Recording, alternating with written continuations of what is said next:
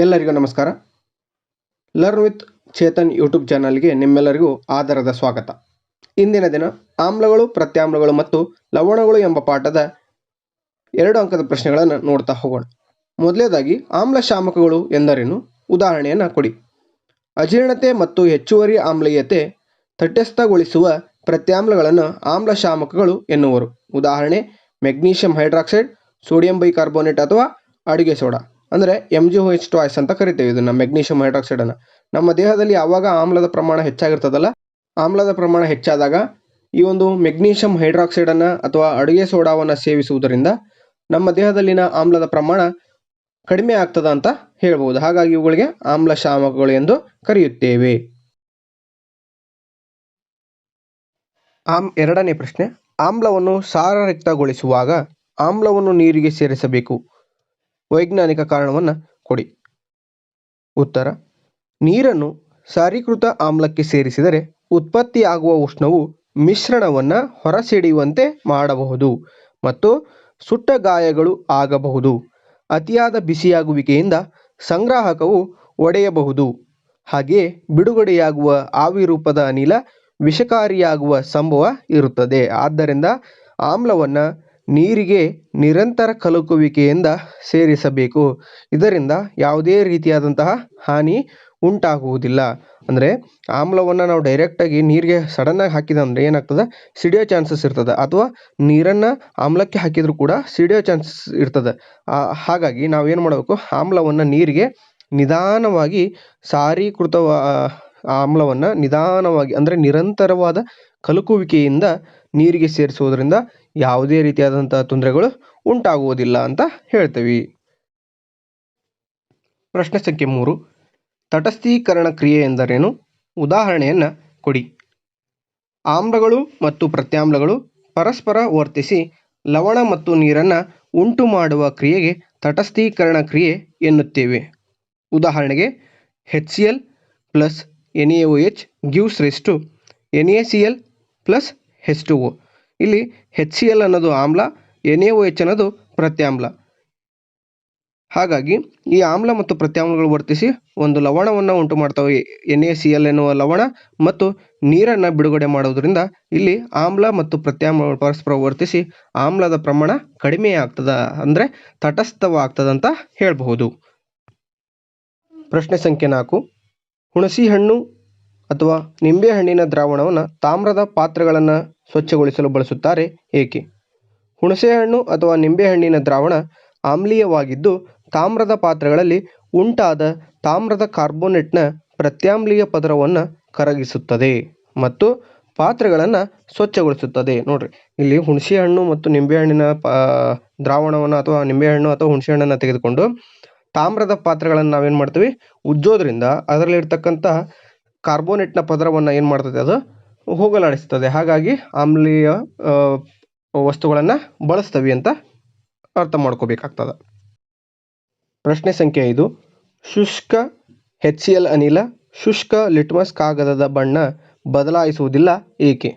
ಉತ್ತರ: ನೀರಿನ ಅಥವಾ ನೀರಿನ ತೇವಾಂಶದ ಅನುಪಸ್ಥಿತಿಯಲ್ಲಿ ಆಮ್ಲಗಳು H+ ಅಯಾನುಗಳನ್ನು ಉಂಟು ಮಾಡುವುದಿಲ್ಲ.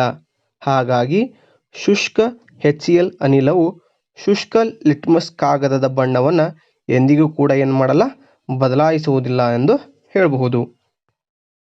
ಪ್ರಶ್ನೆ ಸಂಖ್ಯೆ 6, ಚಲುವೆ ಪುಡಿಯ ತಯಾರಿಕೆಯನ್ನು ತಿಳಿಸಿ ಮತ್ತು ಅದರ ಅಣುಸೂತ್ರವನ್ನು ಬರೆಯಿರಿ. ಶುಷ್ಕ ಅರಳಿದ ಸುಣ್ಣದೊಂದಿಗೆ ಕ್ಲೋರಿನ್ ವರ್ತನೆಯಿಂದ ಚಲುವೆ ಪುಡಿ ತಯಾರಿಸಲಾಗುತ್ತದೆ. CaOH2 plus Cl2 gives rise to CaCl2 plus H2O. ಇದರ ಅಣುಸೂತ್ರ CaOCl2. ಇದು ಪ್ರಮುಖವಾದ ಪ್ರಶ್ನೆ ಆಗ್ತದೆ. ಪ್ರಶ್ನೆ ಸಂಖ್ಯೆ 7, ಚಲುವೆ ಪುಡಿಯ ಉಪಯೋಗಗಳನ್ನು ತಿಳಿಸಿ. ಬಟ್ಟೆ ಕಾರ್ಖಾನೆಯಲ್ಲಿ ಹತ್ತಿ ಮತ್ತು ನಾರಿಗೆ ಬಿಳುಪು ನೀಡಲು ಬಳಸುವರು. ಕಾಗದ ಕಾರ್ಖಾನೆಯಲ್ಲಿ ಮರದ ತಿರುಳಿಗೆ ಬಿಳುಪು ನೀಡಲು ಬಳಸುತ್ತಾರೆ. ಮೂರನೇದಾಗಿ ಲಾಂಡ್ರಿಯಲ್ಲಿ ತೊಳೆದ ಬಟ್ಟೆಗಳಿಗೆ ಅಥವಾ ಒಗೆದ ಬಟ್ಟೆಗಳಿಗೆ ಬಿಳುಪು ನೀಡಲು ಉಪಯೋಗಿಸುವರು. ಹಾಗೆ ಕುಡಿಯುವ ನೀರನ್ನು ಕ್ರಿಮಿಮುಕ್ತಗೊಳಿಸಲು ಸೋಂಕುನಾಶಕವಾಗಿ ಕೂಡ ಈ ಒಂದು ಚಲುವೆ ಪುಡಿಯನ್ನು ಬಳಸುತ್ತಾರೆ.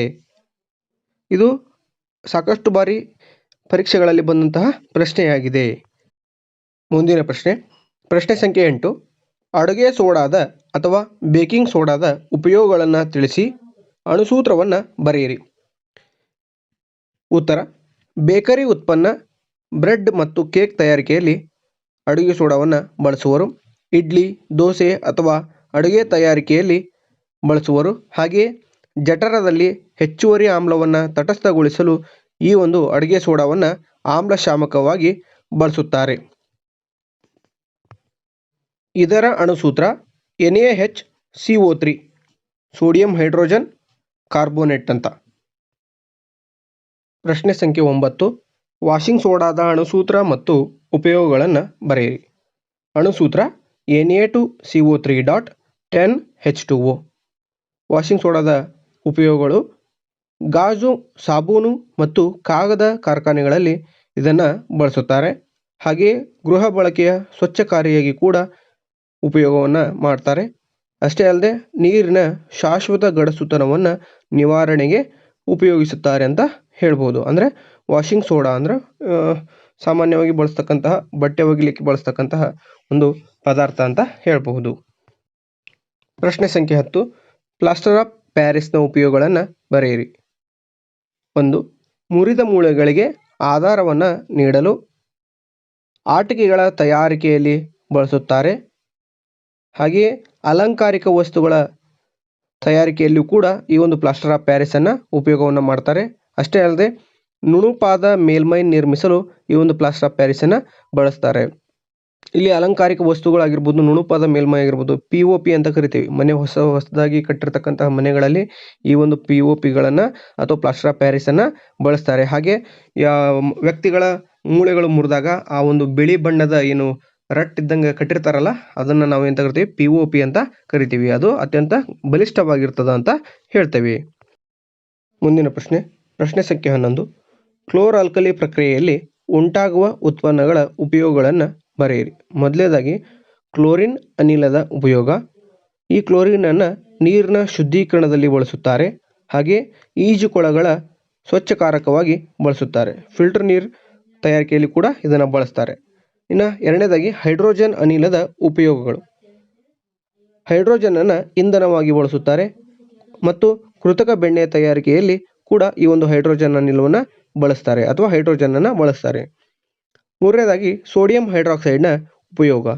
ಲೋಹಗಳ ಜಿಡ್ಡು ನಿವಾರಣೆಯಲ್ಲಿ ಬಳಸುತ್ತಾರೆ. ಹಾಗೆ ಸಾಬೂನು ಅಥವಾ ಮಾರ್ಜಕಗಳ ತಯಾರಿಕೆಯಲ್ಲೂ ಕೂಡ ಈ ಒಂದು ಸೋಡಿಯಂ ಹೈಡ್ರಾಕ್ಸೈಡನ್ನು ಬಳಸುತ್ತಾರೆ. ಇವು ಆಮ್ಲ, ಪ್ರತ್ಯಾಮ್ಲಗಳು ಮತ್ತು ಲವಣಗಳು ಎಂಬ ಪಾಠದ ಪ್ರಮುಖ 2 ಅಂಕದ ಪ್ರಶ್ನೆಗಳಾಗಿವೆ.